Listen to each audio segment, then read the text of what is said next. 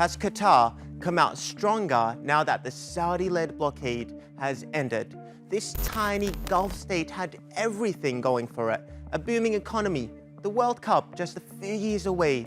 But then, in the summer of 2017, this happened. Saudi Arabia, Bahrain, Egypt and the UAE have all cut diplomatic ties with Qatar. Qatar seems to be in crisis as more Middle Eastern countries sever diplomatic ties with Doha, the nation's capital. A group of Arab states led by Saudi Arabia and Egypt have cut diplomatic ties with Qatar. After 3.5 tense years, many thought this scene would be unimaginable. We expect no handshake because of COVID, but certainly, brotherly greetings. I stand corrected. There is a hug. Absolutely and most amazing. Probably that says more than anything else, Hashim. The blockade of Qatar by Saudi Arabia, the United Arab Emirates, Bahrain and Egypt has ended. But who came out on top? To understand, we need to go back to when it all started in June 2017. The anti-Qatar quartet accused Doha of supporting terrorism and destabilizing the region. Allegations that were all denied.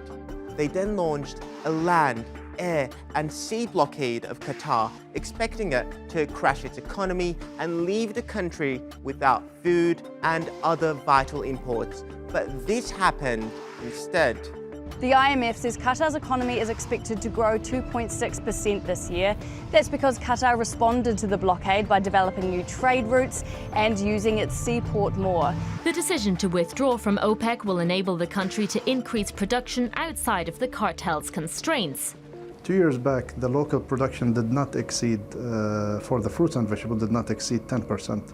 Today we are almost 30%. The quartet also issued 13 demands on Qatar. They included shutting down Al Jazeera, ending support for the Muslim Brotherhood, cutting diplomatic ties with Iran, and closing a Turkish military base. None of those demands were officially met. In some instances, this happened instead. These are Turkish troops arriving in Qatar. They are part of a long-standing military agreement between the two countries, but whose deployment was expedited at a time Qatar is facing a blockade by 3 of its GCC neighbors and their allies. Farms like this all over Iran have increased production to fill the gap in the Qatari market after Saudi Arabia, the UAE, and other countries severed supply routes. Our sovereignty is a red line. We don't accept anybody interfering our sovereignty. The blockade failed to cripple Qatar's economy, humble its foreign policy, or scrap its security arrangements.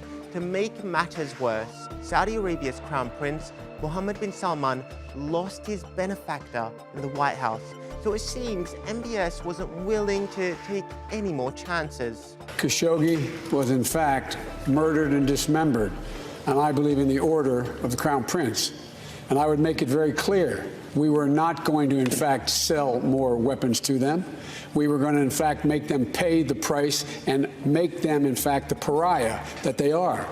Against all odds, tiny Qatar, outnumbered, outgunned and isolated, came out not only intact, but perhaps stronger and more independent. Thanks to the blockade, Qatar has separated its foreign policy from the Saudi-dominated Gulf Cooperation Council, or GCC. It's also learned to be economically more self-sufficient. It seems Saudi Arabia and the UAE miscalculated Qatar's resilience and the support of its friends. Abdul Halik Abdullah, a political analyst in Dubai, who was one of the foremost defenders of the blockade 3 years ago, told the Financial Times the cost of fighting was too high. There is a realization now that this is the black sheep of the family, and we just have to put up with it. These have been the worst 3.5 years in the history of the GCC. As per the agreement, there was a face-saving courtesy. Qatar agreed to suspend lawsuits against the blockading nations at the World Trade Organization and International Court of Justice. On the surface, the Gulf region seems to be back to normal, but the underlying causes of the original rift still remain. Of course, there were probably some backroom deals we don't know about, but one thing is certain. Qatar's defiance and resolve has paid off, at least for now.